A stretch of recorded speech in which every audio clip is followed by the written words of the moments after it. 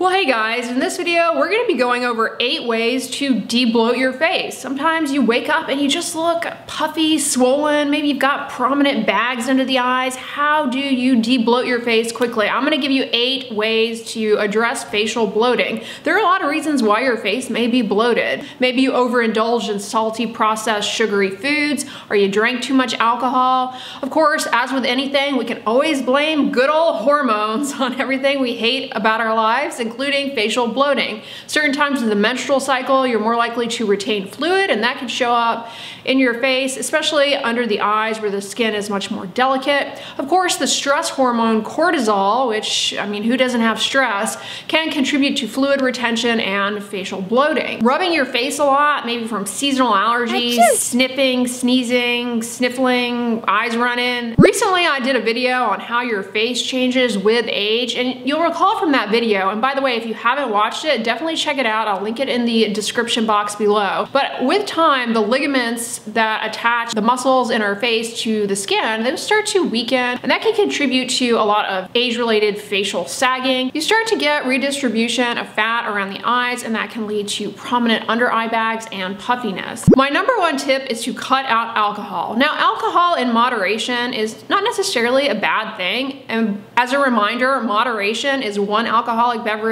a day for women and 2 for men. But if you are trying to de-bloat your face, alcohol is your nemesis. Alcohol really messes up your sleep cycle, makes you very drowsy, but then very alert, and it makes you wake up earlier than you need to. So you're not getting good restorative sleep if you're drinking regularly. Alcohol also is very dehydrating, and that makes you retain fluid, contributes to facial puffiness, and a lot of alcoholic beverages are high in sugar. So both the alcohol and the sugar contribute to a lot of inflammation throughout the body, and that affects fluid retention and leads to facial puffiness. Number 2, reevaluate your sleep position. Consider sleeping with your head ever so slightly elevated to facilitate return of fluid from the face to the heart as you sleep. If you are a stomach sleeper, try and train yourself to sleep either on your back or on your side with the head of the bed elevated. Sleeping on your face is going to make you a lot puffier. I trained myself to sleep on my back a few years ago, actually. Well, many years ago. Gosh, time flies. And it has made a huge difference in morning puffiness for me. And then later on, I got that Sleep and Glow pillow, which really has made a huge difference because it just kind of helps keep my head elevated as I sleep comfortably on my back. I'll link that down below. This is not sponsored by Sleep and Glow, but seriously, it is a must-have for me in terms of getting good sleep and having my head elevated at nighttime. It's really made a difference in morning puffiness, but honestly, just try sleeping with your head elevated a bit. And if you are trying to train yourself to sleep on your back,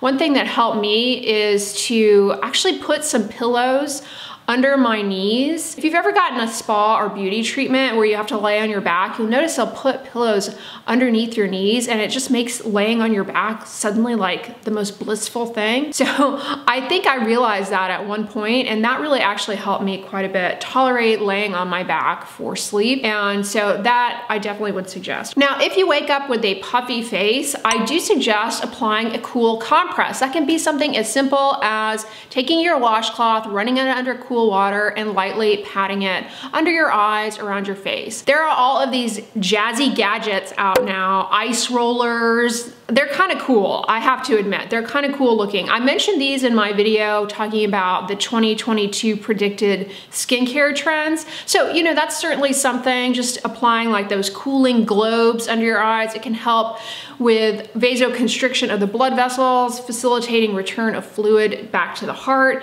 and, you know, depuffing the face. There's the old school approach of putting some cool cucumber slices around your eyes. I also like to do those hydrogel eye patches and face patches. I even store those in my refrigerator so that when I put them on, they go on cool. That kind of helps reduce puffiness, especially if you've got under eye bags. Number 4 tip is to cut out ultra-processed foods for a time if you are dealing with facial bloating. I mean, it's fine to have these in moderation, but the reality is the majority of people in the US, at least, a majority of their diet actually is ultra-processed foods. Ultra-processed foods are typically high in salt, sugar, and low-quality carbohydrates. And by low-quality carbohydrates, I mean like refined, simple carbohydrates.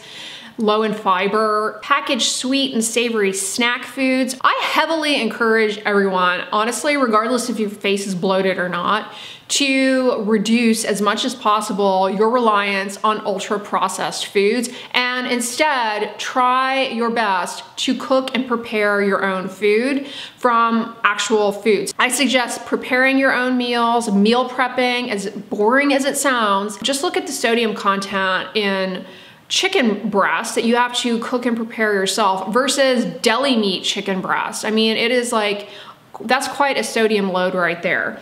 If you don't eat meat like yours truly, I also suggest that you take a look at consumption of those meat alternatives, which likewise can be quite high in salt. They're not like the devil or anything. I'm not demonizing any food group here, but I'm just pointing out that switching over to at least trying to prepare your own foods really can help in cutting down that excess sodium. I'm not demonizing any one particular food group or even ultra processed foods. Honestly, if you want to enjoy those, by all means, but I encourage you to not rely on those solely. And if you are trying to improve facial bloating, cutting those out or minimizing them as much as possible, what it's going to help in terms of your diet quality is it's going to lower, likely, your sodium content for the day to a more normal amount. And that is not only helpful for facial bloating, but for your overall health. Eating this type of diet, ultra processed foods, the sodium content alone can contribute to high blood pressure. Yeah, I always feel like I kind of have to tiptoe around any sort of diet advice because people will accuse me of vilifying a certain food or whatever. But honestly, I mean,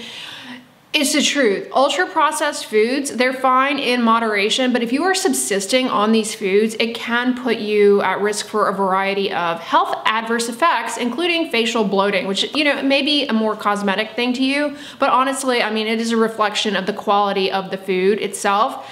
It's very poor nutrient quality and it has low quality carbohydrates. It's not sustaining. There are actual studies showing that ultra processed foods are much less satiating, you know, relying more on whole foods that you prepare yourself. I really do advocate for doing that as much as possible. All right, the other thing which I harp on in all of my videos, but honestly, it's very important and it's going to help with your facial bloating, is to make sure that you are not sacrificing your sleep and your sleep quality. Again, cutting out alcohol can definitely improve your sleep quality tremendously because alcohol, it messes up the sleep cycle. And when you sleep well, then your stress responses are better, your total body inflammation is much lower, and as a result, you're going to have less fluid retention around the face. All right, it's springtime, so number 6 is related to seasonal allergies. For me, I mean, I don't know if you can hear it in my voice, it's slightly more raspy than usual. It's the seasonal allergies. And so if you have allergies, that can definitely contribute to facial puffiness simply from just fluid accumulating around your eyes, especially. That also can lead to the appearance of dark under eye circles. And staying consistent with an antihistamine that you may have been prescribed, it's helpful for controlling those allergies and then avoiding any allergen triggers. I am particularly sensitive to cat dander, which is odd because I did grow up around cats. But yeah, if I were to stay in someone's home and they had a cat, I would probably have more facial puffiness. It's just the reality of it. I avoid that by not having a cat or friends with cats. So if you have a cat, we can't be friends in real life. I'm just kidding. So allergies is a big one, you know, it's one of those subtle things. And then of course there are, you know, more severe types of allergic reaction for which you have facial swelling. I'm assuming that if you're watching this, that's not what you're dealing with right now, but you know, anaphylaxis or angioedema, you get prominent facial swelling. We're not talking about that in this video. We're just talking about day-to-day, you know, my face looks puffy, what's going on? And in that case, your seasonal allergies may be contributory. All right, number 7 has to do with improving lymphatic drainage. I get questions about this all the time. You know, I've got a video on that gua sha tool, and jade rolling I've got a video on. And then people also ask me about lymphatic massage, lymphatic drainage. All of that is fine to do. Like, I have no issue if you want to do that, but I'm not going to hand over a study to you affirming that that does anything. It makes sense that it would help. If anything, it's relaxing. That's going to help with the cortisol and the stress and all of that. When we're talking about lymphatic drainage massage, what comes to mind for me is like lymphedema, a medical condition related to cancer treatments, for example, that people deal with. Then it definitely can be helpful. But there we're talking about like the legs, the arms. Lymphedema is not a condition that people develop on their face, or that most people who are asking me about it likely have any actual lymphedema going on. Now, anything that helps return fluid and lymph back to the heart, it will help remove some of that excess fluid. So, you know, sure, if you want to do those things, that's fine. Like I've said, they're safe, harmless. I mean, just make sure that your jade roller or gua sha tool is clean, that you keep it clean consistently. But yeah, I have no issue with those. However, do know that, you know, simply moving your body a bit can help with improving fluid return to the heart. So if you wake up and your face is puffy in the morning, maybe spend some time walking, just getting moving. It will help with returning fluid back to the heart and away from your face. All right, number 8, it's probably an unpopular opinion, but honestly, when it comes to facial bloating, swelling under the eyes, I honestly don't believe products are going to do anything. If you just think about it critically, about the physiology behind fluid retention, putting something on your skin is really unlikely to provide much, if any, benefit. And I would say the one ingredient or family of ingredients that may help temporarily, especially under the eyes where the skin is a lot thinner, it's going to be topical caffeine. It can have a skin firming and skin tightening effect. It's temporary. How it works, I mean, one would assume it has to do with constriction of the blood vessels, similar to applying a cool compress. So that is probably one family of ingredients that may help. And I say family of ingredients because caffeine can come from coffee extract, tea extract, or just straight up caffeine in things. There are a lot of caffeine eye creams that definitely can provide a temporary under eye tightening effect depending on the nature of the under eye swelling.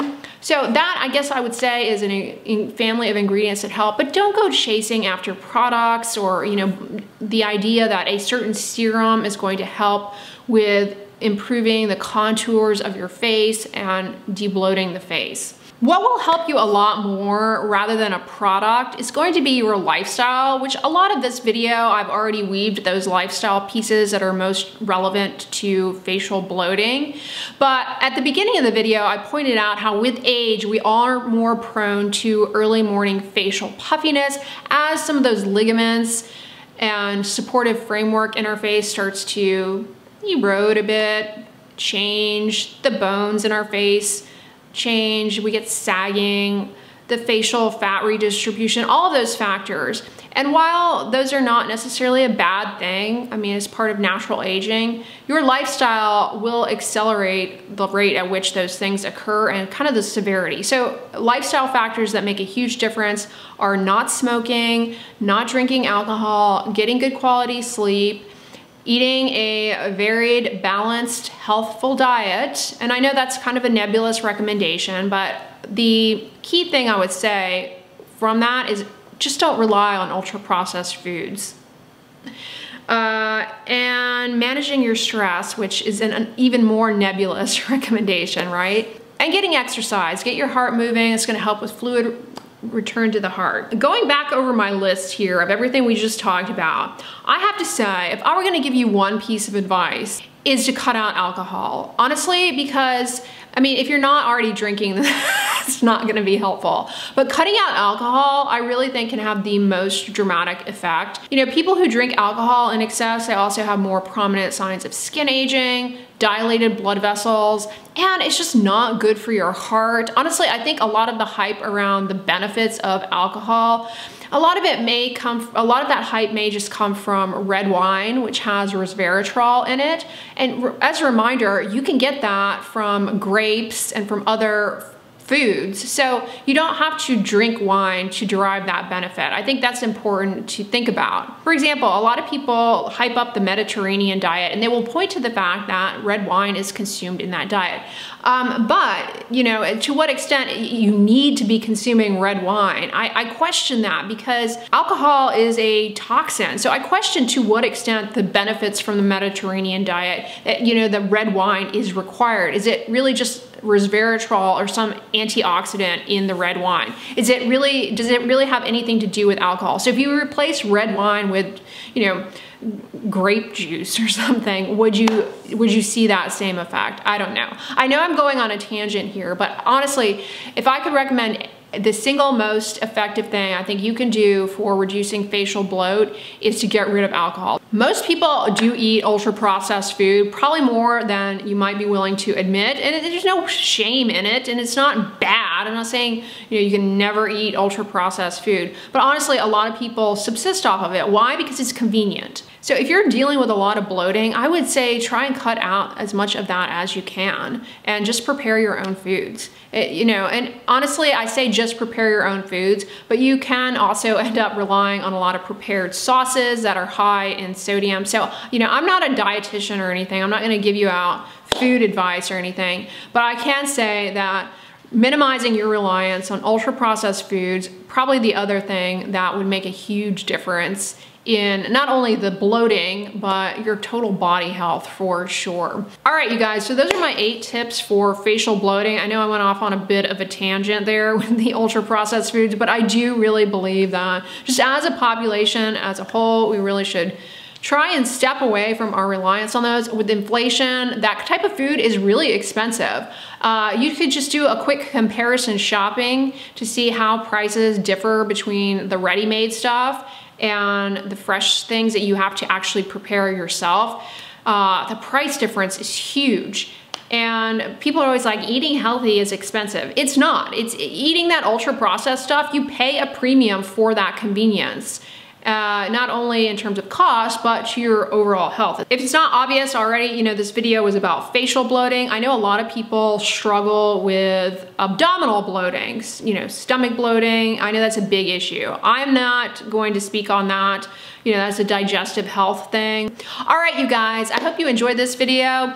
On the end slate and in the description box, I'm gonna link that video on how your face changes with age. You guys really seem to enjoy that. So if you missed it, check that one out. But if you like this video, give it a thumbs up, share it with your friends. And as always, don't forget, sunscreen and subscribe. I'll talk to you guys tomorrow. Bye.